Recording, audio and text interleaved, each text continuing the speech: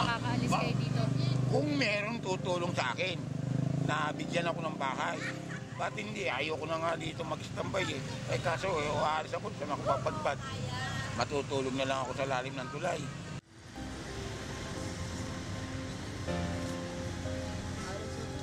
Grabe nga yung kulay ko eh. Kasi ay lang kayo nagkaiba lang sa akin.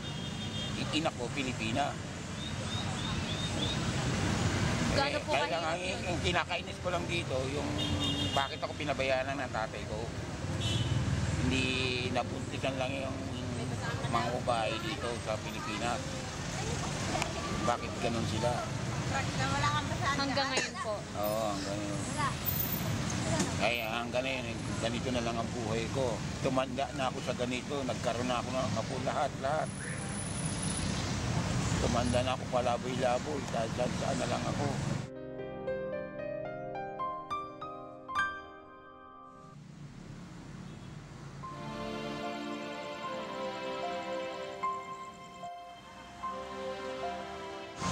Ako si Brenda Moreno, isa akong organizer ng Buklod. Ako yung pumupunta sa bar, tapos nakikipagkilala sa mga babae doon. Tapos siningin namin yung address nila, tapos pinapasyalan namin sa bahay. Nandahan namin doon, nakikipagkaibigan kami sa kanila. Kasi minsan, siyempre, hindi naman lagi sila nagtitiwala eh. Hindi ka naman nila kakilala, di ba? Tsaka kailangan namin silang puntahan sa bahay kasi sa bar, hindi mo naman sila makakausap ng matagalan. May mga members din kami dito.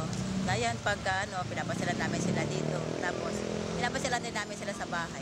Anong ginagawa nyo dito sa Triangle? Ang Triangle, kasi ibang mga iba dito yung sa prostitution, yung mga babae, yung mga nasa street. So, yan yung kanilang gumigimik.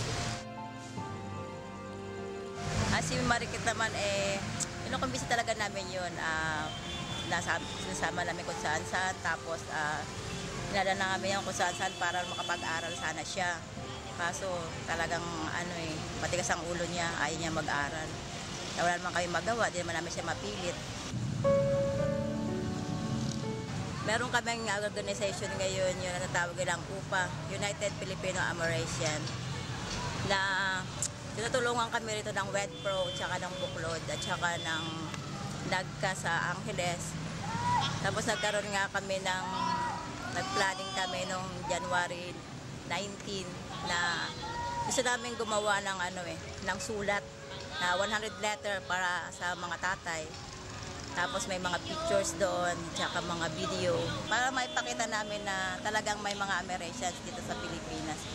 Tsaka yung namin, organization namin is networking. Gusto kasi namin na sana namin lahat yung mga Amerasians dito sa buong Pilipinas. Kasi, di ba, hindi talaga namin kilala yan. Dami namin 52,000 Amerasians kami dito sa Pilipinas. Isa rin ako sa mga pinamigay ng nanay-tatay ko. So, hindi ko rin kaya mahirap. Kaya ako nararamdaman ko rin naman ko yung nararamdaman nila. Kaya lang, wala naman kaming magawa. Gaya niyan, dapat inaasikaso kami ng US at ng Filipino government, pero wala naman silang ginagawa para sa amin eh. Kasi yung mga kanong yan, punta dito sa Pilipinas. Ba't pag kami, hindi kami makapunta doon? Gusto na naman ilang pabalikin yung mga Amerikano. Sana naman, pag-isipan nyo rin mabuti kasi mga toxic nila dito, di nga nila inaayos. Ba't kayo naiiyak?